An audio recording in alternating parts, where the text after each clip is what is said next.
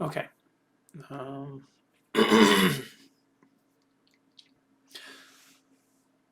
we're going to be talking about pen displays today. I'm not talking about the tablets with pen.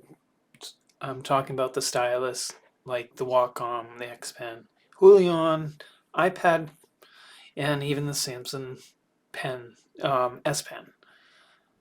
I don't have a Julian. I don't have an X Pen. I don't have any of those type of those devices, so I can't really speak into them. I've used a Surface Pro once, and it was a dismal experience. So I won't be talking about that either.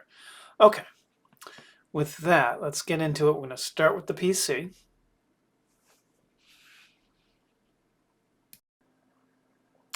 Okay, with the PC, we're going to start here. This is a Wacom Mobile Studio.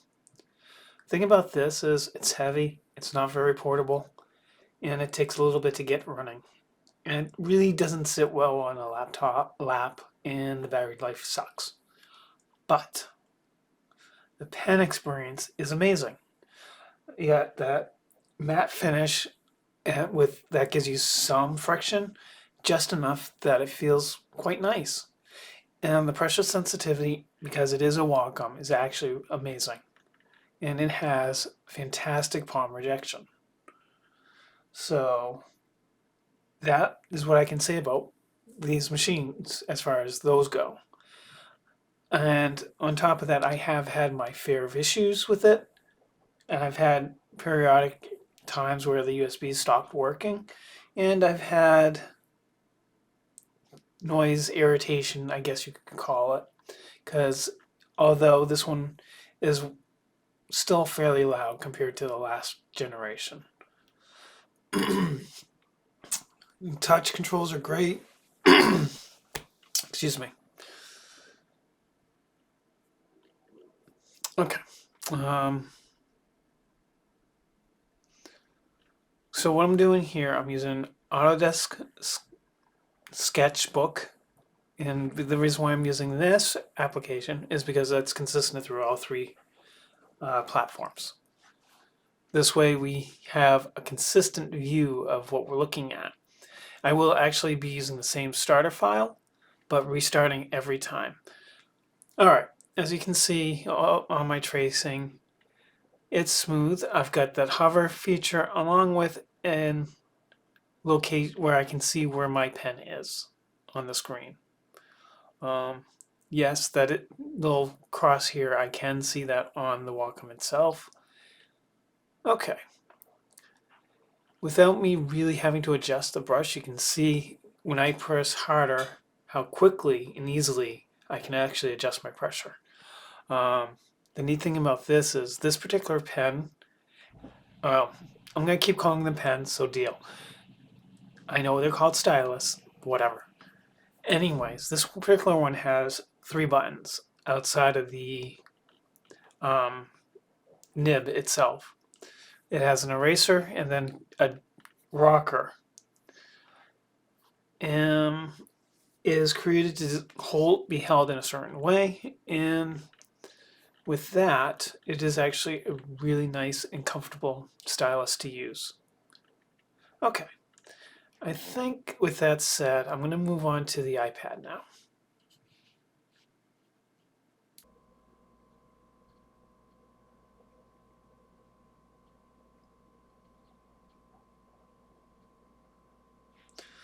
Okay, moving on to the iPad. You can see the interface looks very similar. There are some minor differences, as you can see towards the left of the screen.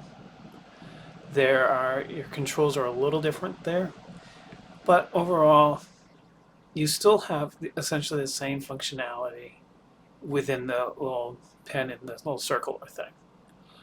In addition to, you have the little dot in lower center, which adds more functionality to it, where the desktop version does not have, which is interesting. Autodesk has actually managed to maintain a consistent workflow between all these platforms. Now let's talk about the iPad Pencil and its functionalities here. As far as pressure sensitivity, it is amazing. It is smooth, comfortable to work with. The pencil is, in my opinion, a bit heavy because of the battery, but they did manage to balance it off well.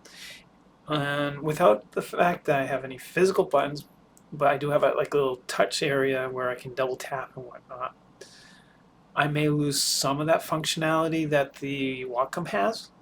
But with that said, I do gain the ability to actually hold the pencil in a more natural drawing way. And what do I mean by that?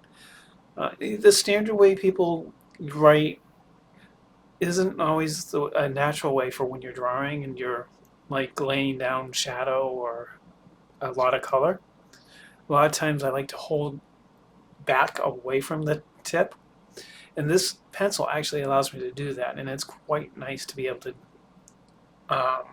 adjust my hold on it, especially considering I think an issue with the pencil, a couple issues with the pencil is the surface is way too smooth. There's no real grip. If they had just roughened up that surface a little bit, it would have been amazing. And the other issue that I have is I can never find where that I need to double tap. And that's due to the fact that there's no indication of where that location is. So there's no like little oval bump or anything. So it's kind of hard to find. Those are my only gripes, which is amazing. Other than that, it's very easy to use. And the applications, although not fully full-fledged applications with the exception of a handful, they are very nice to work with. That said, it is not, let me repeat this, it is not a desktop replacement by any means. Not all, even the professional applications that they have, are fully functional applications. They are missing pieces. A good example of that is Photoshop and Illustrator. They're missing a ton. And a lot of times I find myself, when I try to use them, my productive speed had dropped by 40, 50. It took me like 3, 4, 5 times longer to use or to create something. And I wasn't even able to complete it without going to the desktop because the features that I needed were not there. So that's something you gotta keep in mind when you're considering these things. Your specific needs. Okay, I'm gonna move on to the S Pen. I'm gonna talk about that really quick. All right, moving on to the S Pen and the Samsung. Now we're moving into Android territory. Oh, I know. Unfortunately, yeah, the experience isn't as good as the others. And for some time, I thought my drawing skills have like dropped whenever I use the S Pen.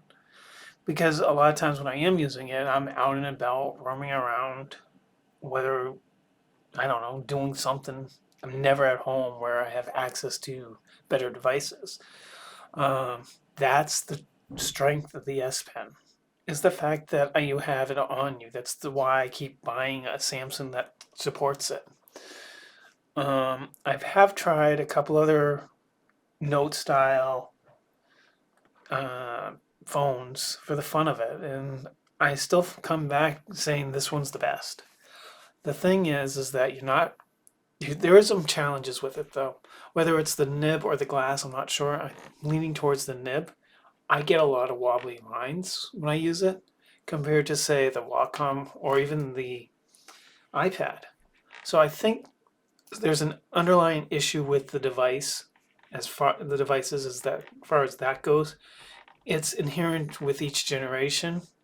That's why I always assumed it was me, but now that I've used it on the iPad Pencil as well as the Wacom, I can see that that really isn't the case. The case is more the fact that there is some stability issues, I'd say, where whether it's the nib shakes a little or there's like little microscopic or whatever dips in the glass where the software just doesn't know how to manage it as well.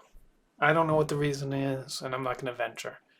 But the nice thing about this, and I love having them, and I would be hard pressed to give up my S Pen, is that it's on me all the time.